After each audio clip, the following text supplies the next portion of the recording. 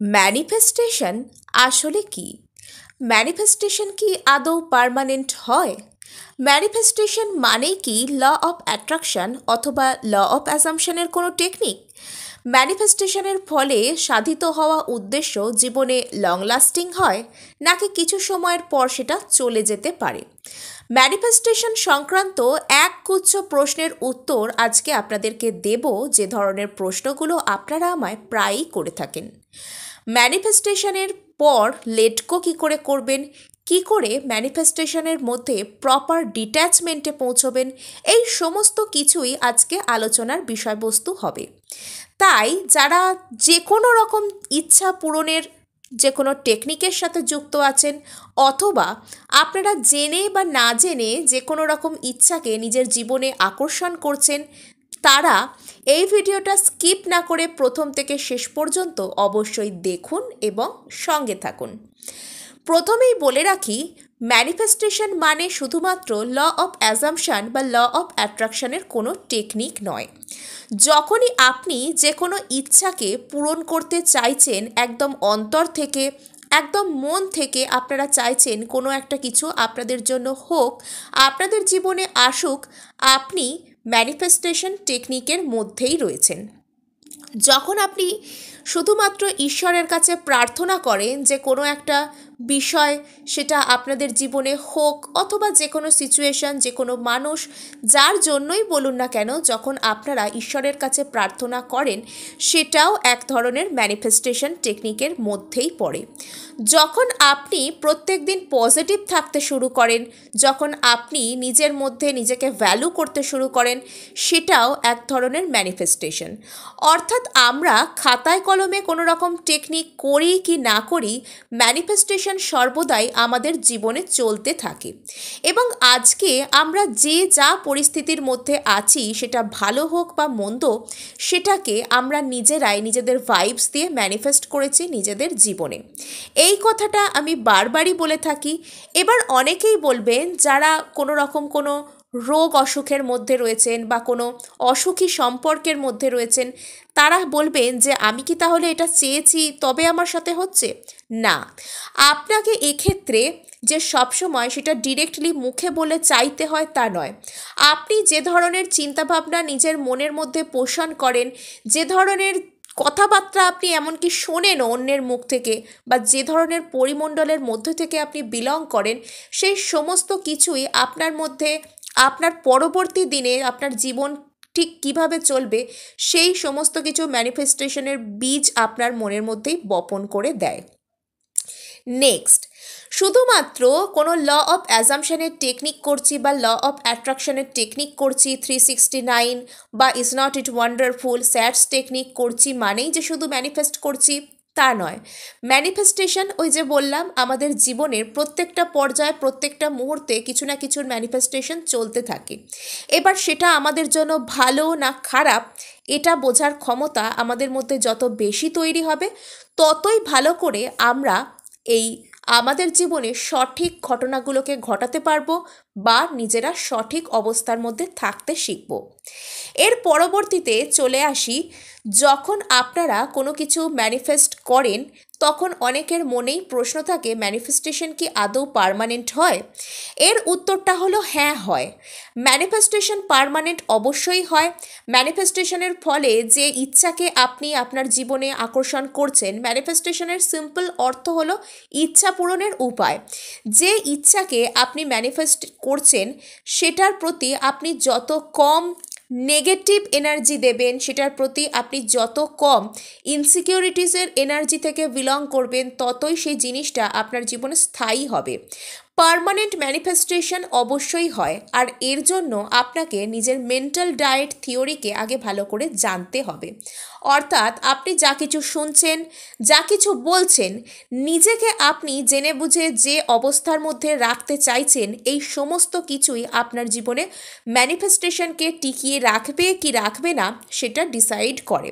Suppose কোনো একজন ব্যক্তি ছোটবেলা থেকে অত্যন্ত অর্থাভাবের মধ্যে বড় হয়েছেন, তিনি বড় হয়ে বিভিন্ন রকম টেকনিক করে বেশ কিছু অর্থকে ম্যানিফেস্ট করতে সক্ষম হয়েছেন, কিন্তু তার মনের মধ্যে যে ওই ধরনের যে অর্থ অভাব থেকে কি ধরনের প্রবলেম আসে জীবনে, বা যদি এটা চলে যায় ওই যে ইনসিকিউরিটি, সর্বদা তিনি অর্থকে ভালোবাসতে পারেন না, তিনি অর্থ সম্পর্কে সিকিওর হতে পারেন না, সর্বদা তার মনের মধ্যে অর্থের উপর একটা ইনসিকিউরিটি কাজ করতে থাকে, যে অর্থ পাওয়া এত সহজ নয়, আমি এত কষ্ট করে তবে পেয়েছি, এটা যদি আবার চলে যায়। এই ধরনের চিন্তাভাবনাগুলোই আমাদের জীবনে ম্যানিফেস্টেশনকে পার্মানেন্ট হতে দেয় না। অর্থাৎ আমাদের টেকনিক ম্যানিফেস্ট হয় না, ম্যানিফেস্ট হয় আমাদের ইমোশন। মোশন, ইমোশন, এনার্জি থাকে মোশনে, সেটা থেকেই ইমোশন। অর্থাৎ ইমোশনের অর্থ হলো এনার্জি। এই পৃথিবীতে সমস্ত কিছুই এনার্জি, সম্পদ এনার্জি, ভালোবাসা এনার্জি, বা যে কোনো কিছুই, ঘৃণারও এক ধরনের এনার্জি থাকে, সমস্ত কিছুই এনার্জি রূপে কাজ করে। এবার সেই এনার্জিগুলোকে আমরা অ্যাট্রাক্ট করি আমাদের ইমোশনের দ্বারা। যে কোনো বস্তুর প্রতি আমরা যে ধরনের আবেগ নিয়ে সেটাকে দেখব, যে ধরনের আবেগের সাথে সেই জিনিসটাকে আমরা কনজিউম করব, সেই ধরনের জিনিসই আমাদের সাথে হবে। যখন আমরা ভালোবাসা ম্যানিফেস্ট করছি সেই সময় যদি আমরা সর্বদা অপর মানুষটাকে ব্লেম করতে থাকি এবং অপর মানুষটাকে যদি সর্বদা আমরা মনে মনে ভাবি যে কি করলে ওকে আমি কষ্ট দিতে পারবো, বা ও আমার জন্য খুব কষ্ট পাবে, ও আমাকে মিস করবে, কি আমার কথা ভাববে বা পজিটিভভাবে আমার কথা ভাববে ভেবে আমার কাছে আসবে, এটা নয়, আমি যেরকম কষ্ট পাচ্ছি ওকেও সেরকম কষ্টটা পেতে হবে। এই ধরনের কথাবার্তা ভেবে যখন আমরা ম্যানিফেস্ট করি কি তার কেন শাস্তি হচ্ছে না, অমুকের কেন এই হচ্ছে না, আমার মধ্যেই যত কষ্ট রয়েছে আর সবাই ভালো রয়েছে, এই সমস্ত কথাগুলো যখন আমরা ভাবি ম্যানিফেস্টেশন চলাকালীন, ঠিক সেই সময় ওই জিনিসগুলো অপর বস্তুর উপরেও প্রভাব ফেলে।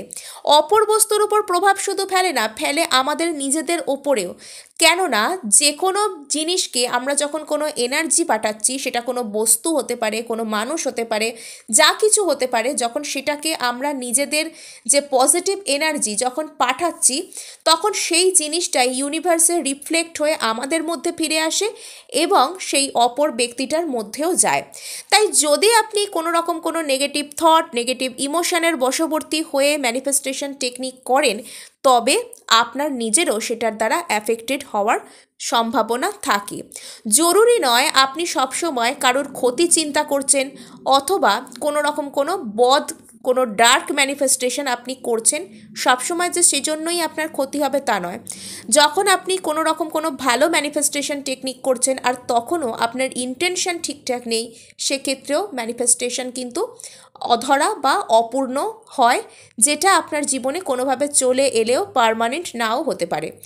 নেক্সট, ম্যানিফেস্টেশন চলাকালীন আমাদের মধ্যে থেকে বিভিন্ন রকমের শ্যাডো রিভিল হয়।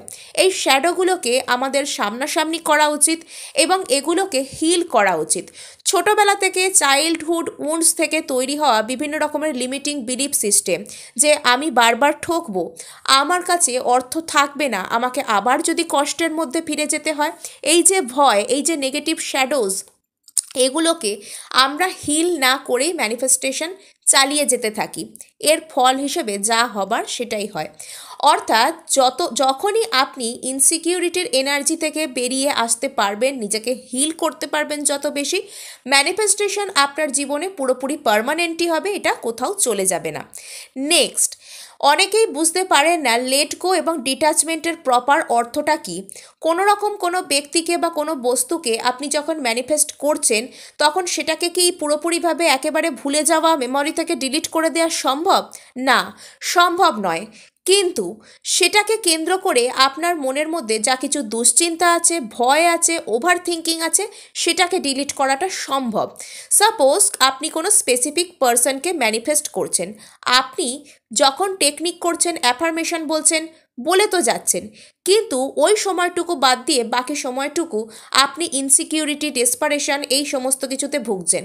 আপনি মনে মনে ভাবছেন যে এত টেকনিক করছি তবুও আসছে না, কেন আসছে না, এই আজকে কালো রঙের প্রজাপতি দেখে ফেললাম তার মানে সব ভেস্তে গেল, এই নাম্বার দেখছি এর ফলে কি হবে, যা কিছুই দেখছি তার ফলে খারাপ কিছুই একটা হবে, এটা আপনার মনে হতে শুরু করে। এর ফলে আপনি সেই বিষয়টাকে আরও বেশি করে আঁকড়ে ধরতে শুরু করেন।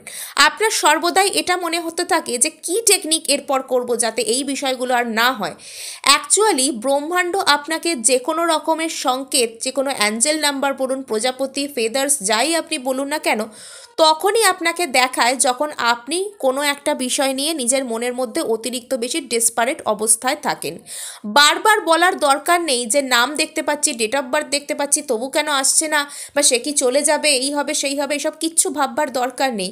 এগুলো আপনাকে দেখানো হচ্ছে, মানে আপনাকে ভাবতে বলা হচ্ছে যে আপনার যা কিছু আপনি করছেন সেটা ঠিক জায়গায় আছে, সঠিকভাবে কাজ করছে, সঠিকভাবে চলছে। এবার আপনার ওই জিনিসটাকে লেট গো করার সময় এসেছে, এরপর আপনার অন্য জায়গায় ফোকাসড হওয়ার সময় এসেছে, এটা আপনাকে বলা হয় ডিট্যাচমেন্ট। যখন আপনি কোনো একটা বিষয়কে পেয়ে গেছেন বলে ভাববেন, তখন সেটা নিয়ে বারবার আপনার মনের মধ্যে কোনো দুশ্চিন্তা বা ওভার থিঙ্কিং আসবে কি? নিশ্চয়ই আসবে না। আপনার সেটা নিয়ে একটা সেন্স অফ সিকিউরিটি কাজ করবে মনের মধ্যে। এটাই হলো প্রপার ডিট্যাচমেন্ট বা লেট গো। তখন আপনি নিজে থেকে ইউনিভার্সের কাছে সারেন্ডার করে দেবেন, যা কিছু আছে আমার ভালোর জন্যই আছে, যেটা আমার ভালোর জন্য সেটা ইউনিভার্স আমার জীবনে নিশ্চয়ই পাঠিয়ে দেবে। আমি আমার কাজ করেছি, বাকি জিনিসটা আমি ব্রহ্মাণ্ডের উপর ছেড়ে দিলাম, ব্যাস।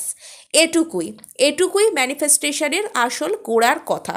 তো আজকে এটুকুই, দেখা হচ্ছে নেক্সট ভিডিওয়। ধন্যবাদ।